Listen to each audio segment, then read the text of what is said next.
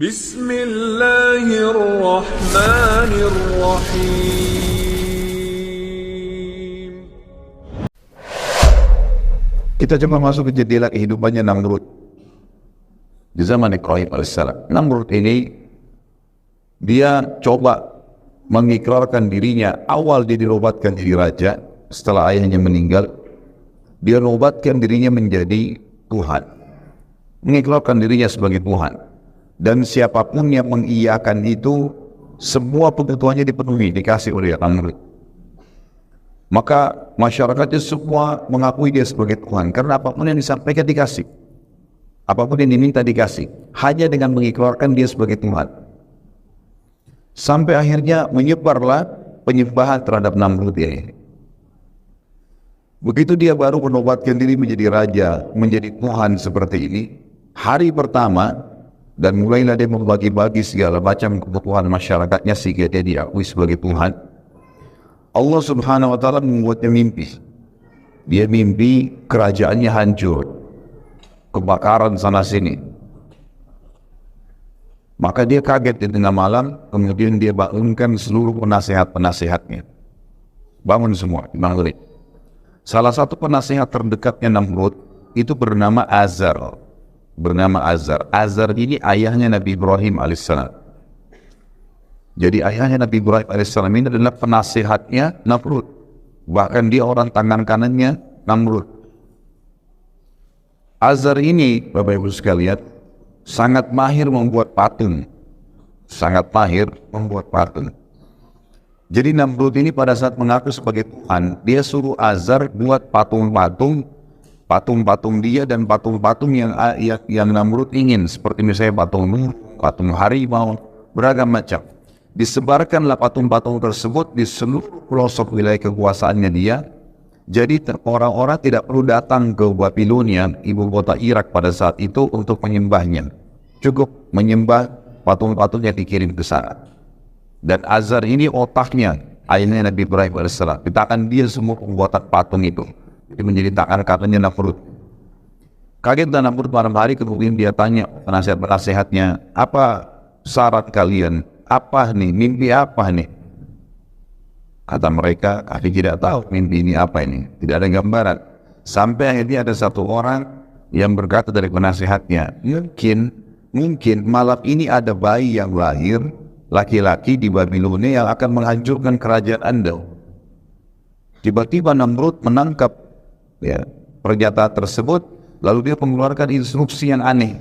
Dia mengatakan, kalau begitu semua anak laki-laki yang lahir malam ini di Babilonia dibunuh.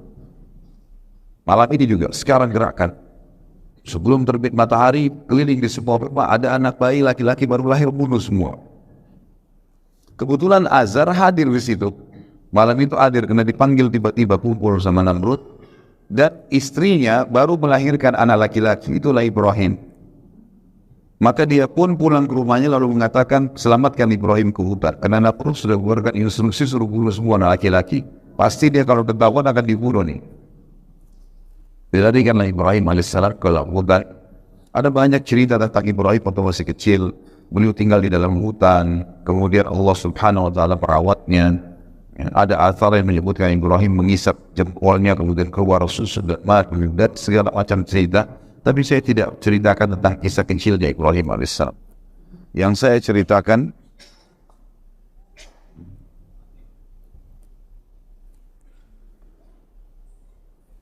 Bismillah. Yang saya ceritakan adalah Ibrahim alaihissalam mulai dinobatkan jadi nabi. Namrud waktu mimpi dan menjadi raja tadi, umurnya 30 tahun.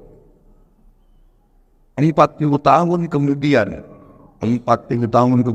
setelah Ibrahim berumur 40 tahun, berarti Namrud sudah berumur berapa? 70 tahun. Jadi selama 40 tahun itu Namrud dianggap Tuhan benar oleh masyarakat yang sudah tertanam betul-betul keyakinan tersebut. Sampai wilayah kekuasaan Namrud banyak kuil-kuil yang dibuat, tempat sesembahan, tempat sesembahan. Yang tempat sesembahan tersebut dipenuhi oleh dengan patung-patung. Di antaranya adalah patung Namrud. Lebih baik yang di handheld Ustaz dilepas pakai yang ini.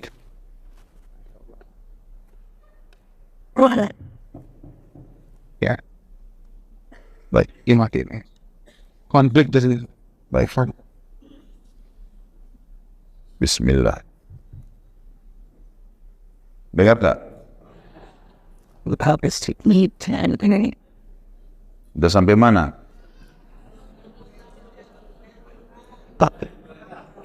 Namrud, kenapa Namrud? Baik. Akhirnya Namrud sudah waktu itu dinobatkan jadi raja, dan memang dia buat kuil-kuil yang banyak sekali. Kuil-kuil ini diantaranya di pusat Babilonia sendiri, itu ada kuil yang besar sekali pada saat itu dibuat. Di dalamnya penuh dengan patung, puluhan patung. Ada patung singa, patung burung, patung macam-macam.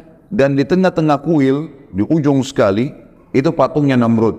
Selalu begitu dia buat kuil, harus ada patung dia. Jadi masyarakat yang tidak sempat datang ke istananya untuk menyembah, itu datang ke kuil-kuil ini. Kasih sesajen, mohon-mohon, menyembah selain Allah. Ibrahim alaihissalam dinobatkan oleh Allah SWT menjadi nabi di umur 40 tahun. Lalu kemudian kisah beliau adalah beliau masuk di Babilonia. Tinggal di luar Babilonia tadinya, di hutan, sekitar hutan, kemudian beliau masuk ke Babilonia. Ringkas cerita itu kisah Nabi Ibrahim AS panjang ya. Pada saat dia pertama mengenal Tuhannya, melihat bintang, melihat bulan, melihat matahari, terus saja sampai akhirnya dia mengenal Allah Subhanahu Wa Taala, mengatakan tidak mungkin ada Tuhan yang bisa hilang seperti matahari yang menghilang, bulan yang tidak kelihatan, dan seterusnya. Setelah terbenamnya matahari tidak kelihatan lagi mataharinya, atau sebulan setelah terbitnya matahari tidak kelihatan.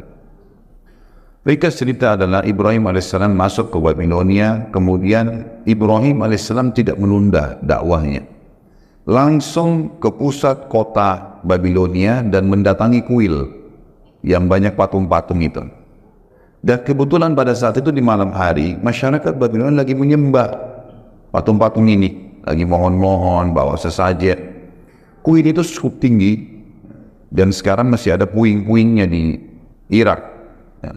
Jadi kalau salah satu di antara Anda pergi ke Irak atau melihat cuplikan tentang Irak, yang dianggap kisah sejarah itu adalah peninggalan kerajaan Namrud ini. Maka yang terjadi Bapak Ibu sekalian, Ibrahim alaihissalam datang ke kuil tersebut. Patung-patung itu kebetulan di tengah-tengah kuil ada jalan yang panjang untuk orang masuk dan orang keluar. Di kiri kanan tembok penuh dengan patung-patung yang besar. Di tengah-tengah ruangan ada patung Namrud yang besar. Dan di situ antara orang dengan patung itu ada jeda bangunan yang cukup tinggi. Orang harus lewat tangga untuk naik ke atas, dan sudah menjadi doktrin, dogma pada saat itu, keyakinan kalau tidak boleh orang biasa mengantar sesajen ke patung-patung itu. Harus melalui penjaga kuil. Jadi penjaga kuil ini punya kedudukan tersendiri. Siapa yang mau kasih sesajen, punya hajat apa, dikasih. Dia mau kasih kepada patung yang mana nih? Misal patung sana. Lalu kemudian nanti dia yang antar ke situ. Tiap hari mereka lakukan kebodohan ini. Ringkas cerita, Ibrahim alaihissalam malam itu langsung datang ke kuil tersebut. Sementara orang lagi memuja-muja patung, Ibrahim alaihissalam naik ke tangga yang untuk pergi ke patung-patung itu. Lalu Ibrahim alaihissalam pada saat dia naik, orang tahu Ibrahimnya tidak dikenal sebelumnya, dan tahu siapa penjaga kuil, musuhnya yang biasa bisa naik. Orang lain selain penjaga kuil yang naik pasti kualat tuh. Nanti kena penyakit, nanti kena petir, nanti kena macam-macam. Keyakinan mereka pada saat itu. Ringkas cerita, Ibrahim alaihissalam sengaja naik. Orang-orang semua akhirnya mata dan menunjuk Ibrahim. Ibrahim alaihissalam datangin patung yang pertama. Lalu Ibrahim alaihissalam lihat di situ ada sesajen buah-buahan, buah segar, diantaranya apel. Ibrahim alaihissalam ngambil apel itu. Orang-orang semua heran. Ini keyakinannya, jangankan ngambil sesajen itu, mendekati saja sudah kualat. Gitu kan. Ibrahim alaihissalam ambil apel itu, kemudian sengaja menggigitnya di depan mereka, bukan untuk makan. Lalu Ibrahim balik ke patung itu sambil berkata, wahai yang dianggap Tuhan oleh masyarakat Babilonia, apa kau tidak marah saya ambil apelmu? Kira-kira patung nyaut gak? Gak ada suara. Hening pada saat itu. Tapi orang sudah yakin ini Tuhan mereka. Ya, gitu. Maka Ibrahim ulangi alaihissalam, wahai yang dianggap Tuhan oleh masyarakat Babilonia, kau tidak marah saya makan apelmu? Gak ada suara. 3 kali, wahai yang dianggap Tuhan oleh masyarakat Babilonia, yang selalu dipuja, dipuji, kau tidak marah saya ambil apelmu? Gak ada suara. Ibrahim melakukan gerakan yang lebih lagi daripada itu. Apel yang sudah digigit tadi dilempar ke wajahnya patung itu. Jatuh apel, ini penghinaan luar biasa. Jatuh apel tersebut sudah pasti tidak ada apa-apa. Lalu dia balik lagi, wahai yang dianggap Tuhan masyarakat Babilonia, kau tidak bisa lawan saya sudah lempar wajahmu dengan apel ini. Sudah saya ambil apelmu, saya lempar lagi wajahmu. Gak ada suara tentunya. Makin hening suasana. Ini yang hadir di kuil-kuil ini besar sekali. Bisa menampung sampai ribuan orang. Dan Ibrahim AS melakukan gerakan ini luar biasa. Di malam yang memang mereka lagi puncaknya beribadah lah.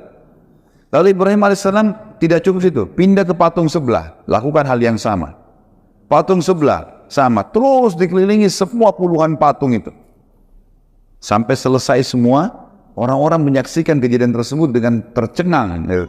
Lalu Ibrahim balik ke arah mereka mengatakan, wahai masyarakat Babilonia, apakah kalian tidak punya akal menyembah patung-patung yang kalian pahat sendiri, yang kalian buat sendiri matanya, tidak bisa berbuat apa-apa? Bukankah saya sudah buktikan ke kalian, saya ngambil sesajen yang kalian kasih, mereka tidak bisa marah, saya lempar ke wajahnya, mereka tidak bisa marah, dan saya bahkan bisa menghancurkan Tuhan-Tuhan kalian dengan tangan saya. Orang-orang Babilonia hening semua. Kata Ibrahim, yakinlah dan percayalah, saya utusan Allah dan Allah Tuhan kalian yang menciptakan langit dan bumi ini. Dialah yang harus ditundukin. Orang semua tenang, gak ada yang bicara. Bingung antara iya atau tidak. Ini baru ucapan pertama dakwah Nabi Ibrahim AS. Maka mereka pun akhirnya ada yang diam terus keluar dari kuil. Kata Ibrahim AS, demi Allah kalau kalian tidak mau meninggalkan menyembah berhala-berhala ini, maka saya akan melakukan tipu daya terhadap Tuhan-Tuhan kalian. Mereka keluar dari kuil. Ibrahim AS turun juga dari tempat tersebut. Tidak ada yang berani menyentuh Ibrahim, karena Ibrahim ini sudah mengalahkan Tuhan mereka. Berarti ini bahaya, lebih berbahaya Ibrahim daripada Tuhan, gitu kan? Mereka tidak ada yang berani dekat dengan Ibrahim AS. Ibrahim keluar, ngambil kampak, kembali lagi masuk. Tapi orang-orang sudah bubar semua nih, tinggal penjaga kuil pada saat itu. Ibrahim AS naik kuil ini, patungnya dihancurin semua, dipotong tangannya, dipecahin kepalanya, potong kakinya, semua dirusakin sama Ibrahim, berantakan. Penjaga kuil sendiri ini tidak berani, tetap masih menganggap Tuhan. Ini sudah puluhan tahun keyakinannya. Dihancurin semua sama Ibrahim AS, lalu kepala patung itu, tangannya, kakinya ditumpukin di patungnya Namrud yang besar. Lalu kampak yang Ibrahim pakai AS menghancurkan tadi ditaruh di tangannya patung Namrud. Udah Ibrahim AS pergi. Besok pagi mereka mau ritual lagi, bawa lagi sesajen, berantakan semua kuil tersebut. Mereka bilang, siapa yang buat nih? Kok bisa terjadi begini pada Tuhan-Tuhan kami? Penjaga kuil bilang, tuh anak muda yang semalam tuh, Ibrahim. Panggil Ibrahim, panggil Ibrahim. Begitu Ibrahim datang, mereka mengatakan, Al-Quran menceritakan, anta fa'alta hadha bi'alihatina ya Ibrahim. Apa kau yang buat ini terhadap Tuhan kami wahai Ibrahim? Apa jawab Ibrahim? Yang pegang kampak itu siapa? Kok tanya saya? Itu kampak kan di tangannya patung yang besar. Tanya kalau dia bisa ngomong, gitu kan? Maka Allah mengatakan mereka pun kembali ke diri mereka sendiri. Benar nih, kan gitu. Nggak mungkin Tuhan tidak bisa membela dirinya, dan juga tidak mungkin secara akal dia bisa sebenarnya menghancurkan yang lainnya. Lalu kata mereka, badan kondisi hening semuanya. Mereka ada satu orang yang nyaut, ini kita harus lapor kepada Tuhan kita yang paling besar, Namrud. Namrud kebetulan punya tradisi Bapak Ibu sekalian, setiap pagi dia selalu setelah mandi rapi segala duduk di singgasananya, ada gorden yang nutupin antara dia dengan orang-orang di depannya. Begitu selesai dia duduk, sudah rapi semua, singgasananya sudah rapi, mahkota sudah rapi di muka gorden tersebut. Begitu di muka, maka seluruh orang yang ada di depannya sujud kepada dia. bertahun-tahun mengatakan wahai Tuhan Namrud, termasuk istri dan anaknya. Setiap pagi, gitu kan? Mengatakan wahai Tuhan yang Namrud, Tuhan Namrud, dia bisa tidak lagi mengatakan Raja Namrud, Tuhan. Dan itu terjadi bertahun-tahun. Ibrahim alaihissalam waktu diancam begitu, kita mau lapor kepada Tuhan kita terbesar. Kata Ibrahim, gak usah lapor, saya ke sana. Saya mau langsung ke istananya Namrud. Ibrahim alaihissalam pergi ke sana sendirian. Orang-orang berbondong-bondong masuk, banyak istananya Namrud besar. Orang banyak mau sujud kepada Namrud. Karena setiap sujud minta apa-apa dikasih. Minta makanan, minta uang, minta apa saja dikasih sama Namrud. Maka pada saat diangkat tirainya, Namrud sudah mulai kelihatan, orang semua sujud, Ibrahim alaihissalam tidak sujud, berdiri sendiri. Namrud heran, 40 tahun tidak pernah ada orang membangkang, baru kali ini. Dia tanya, siapa kamu ini berani benar nggak sujud dengan saya? Ibrahim alaihissalam nabinya Allah, dan ini sudah berkarat nih penyakit, gitu kan? Maka tidak bisa lagi dengan cara yang pelan. Kata Ibrahim alaihissalam dengan tegas, wahai Namrud, bukan lagi wahai raja, apalagi Tuhan, dipanggil namanya. Anak istrinya saja nggak berani panggil namanya Namrud, Tuhan Namrud. Wahai Namrud, dari mana kau mengaku sebagai Tuhan? Kamu manusia biasa seperti saya. Kamu punya dua mata, saya juga punya dua mata. Kamu punya dua kaki, punya dua tangan, saya juga sama. Kamu juga sama seperti saya, lahir dari rahim seorang wanita, kemudian bayi, anak-anak, remaja, tua seperti kamu sekarang, dan kau juga akan mati. Tuhanku dan Tuhanmu, serta Tuhan segala sesuatu ada namanya Allah. Allah itu menghidupkan dan mematikan. Kita bayangkan di posisi Namrud, kaget luar biasa, belum pernah ada yang bantah ketuhanannya seperti ini. Tapi dia tidak mau tunjukkan, dalam kondisi itu dia tidak mau tunjukkan kalau dia ini terkalahkan. Maka dia bilang, wahai Ibrahim, kau ngaku punya Tuhan, dan Tuhanmu itu kau bilang tadi menghidupkan dan mematikan. Saya juga Tuhan yang bisa menghidupkan dan mematikan. Apa kau mau bukti? Kata Ibrahim, tentu saja. Silahkan buktikan. Dia bilang, ada satu pengawalnya, dia bilang, tangkap siapa saja lewat depan istana sekarang. Dua laki-laki yang lewat, siapa saja tangkap. Ditangkaplah dua orang, masuk. Kemudian kata Namrud, bunuh yang satu biarin pergi. Dan kasih hadiah apapun yang dia mau. Dibunuhlah yang satu biarin pergi. Kata Namrud, lihat, saya mematikan dan saya menghidupkan. Gitu kan. Benar nggak ini pemikirannya? Ini konyol ini. Karena orang yang disuruh pergi sudah hidup sebelumnya. Ini orang yang mati memang sudah sunnatullah, ditusuk ya mati gitu kan. Tapi dia pakai akalnya sebagai manusia, tidak mau kalah gitu kan. Lalu Jibril alaihissalam datang membisikkan kepada Ibrahim, ini orang ini sudah kufur kepada Allah, nggak bisa lagi. Kamu memberikan contoh di bumi ini, dia akan cari terus akal. Coba kasih contoh di langit. Kata Ibrahim, wahai Namrud, kalau begitu, Tuhanku dan Tuhanmu, dikatakan Tuhanmu Allah, setiap pagi menerbitkan matahari dari timur, terbenam di barat. Apa kau bisa? Ini matahari tiap hari terbit, tiap hari terbenam. Bisa kamu lakukan? Kalau tadi kan dikasih contoh manusia. Diam, kata Allah, fabuhital ladzi kafar. Maka orang kafir itu terdiam, tidak bisa ngomong. Dalam keadaan marah dia, tidak punya jawaban, dia mengatakan, tangkap nih orang, Ibrahim, penjarakan. Meeting cepat sama orang-orang pejabat-pejabatnya, kumpul, lalu kemudian bermusyawarah. Nih diapakan nih Ibrahim? Saya mau Ibrahim dibunuh, tapi jangan mati biasa. Kalau cuma tusuk penggal kepalanya udah biasa itu. Cari mati yang luar biasa, yang spektakuler, yang bisa membuat orang lain taubat. Tidak ada lagi yang mau buat seperti itu. Musyawarah sampai seminggu muncul ide. Waktu itu Ibrahim sambil di penjara alaihissalam.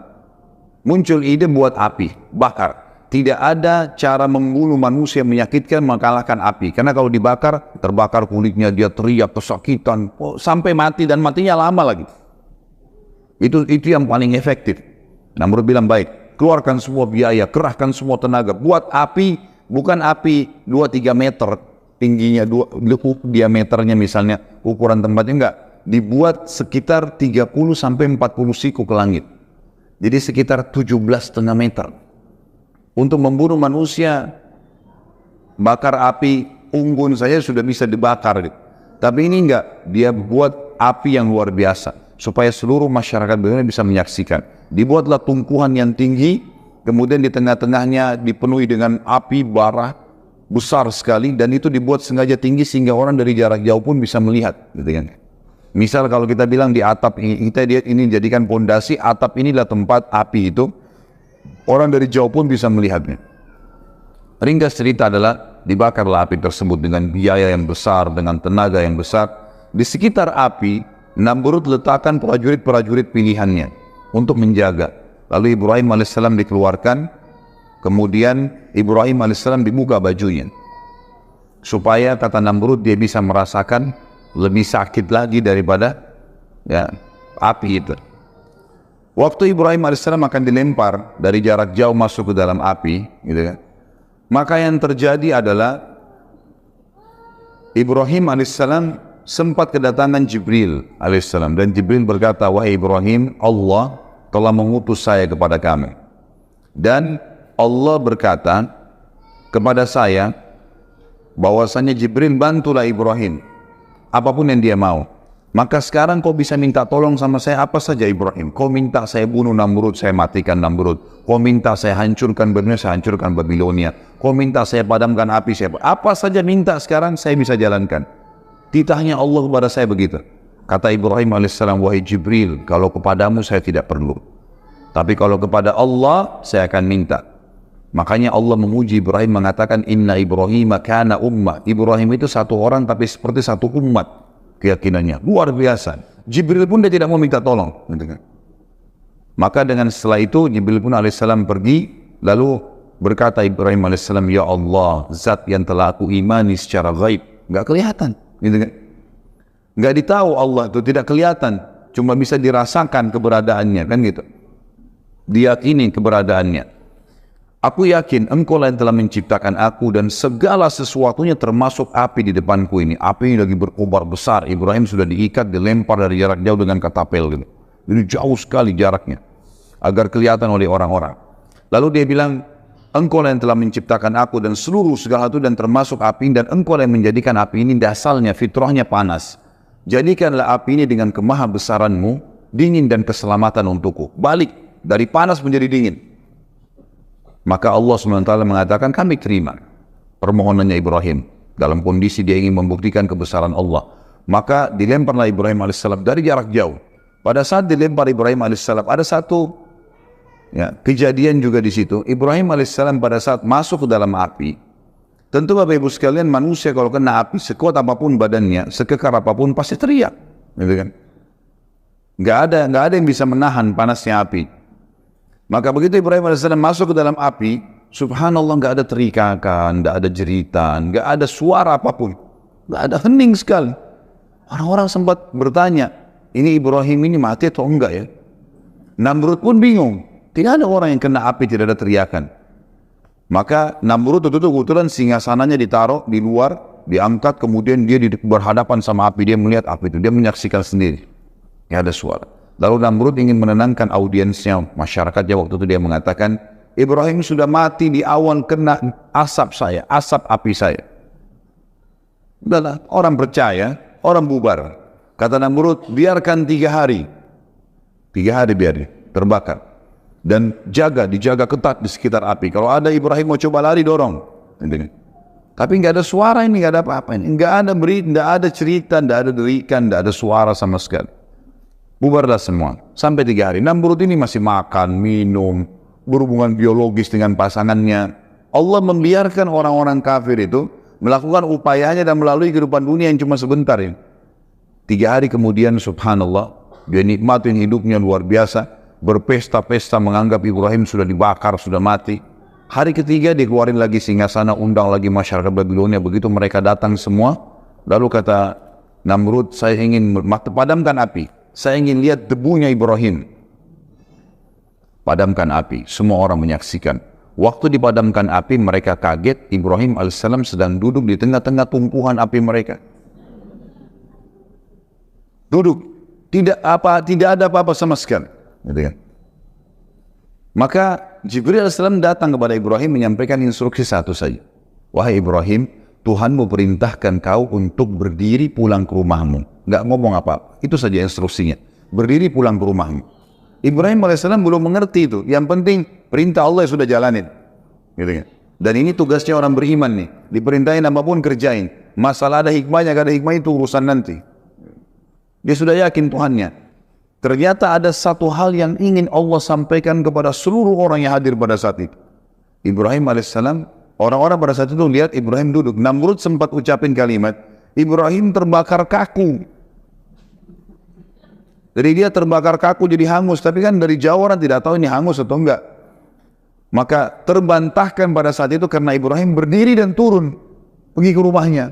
Pulang ke rumahnya. Itu saja. Perintahnya Allah kan itu. Orang-orang semua bilang berarti Ibrahim enggak mati dibakar api.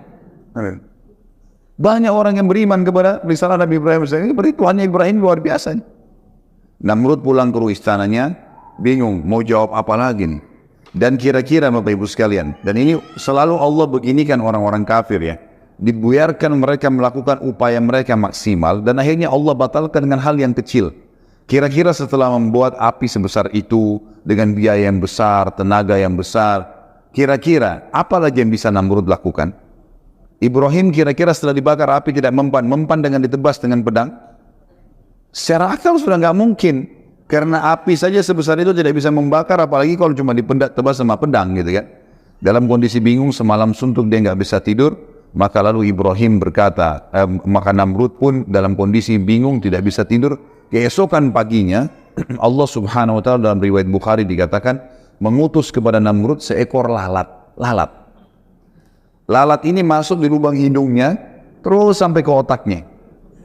Bagaimana caranya Allah a'lam. Tidak usah dipikirkan caranya. Yang jelas masuk lalat tersebut sampai ke otaknya. Dalam hadis dikatakan sampai ke otaknya. Namrud kesakitan ditepuk-tepuk nggak bisa keluar. Kira-kira lalat ini mau dilawan dengan apa nih? Bisa dengan otot yang besar? Bisa dengan sebilah pedang yang tajam? 1 juta prajurit? Ada yang bisa. Allah ceritakan dalam Al-Quran itu masalah lalat ya. Sedikit saya kuatkan di sini dalilnya.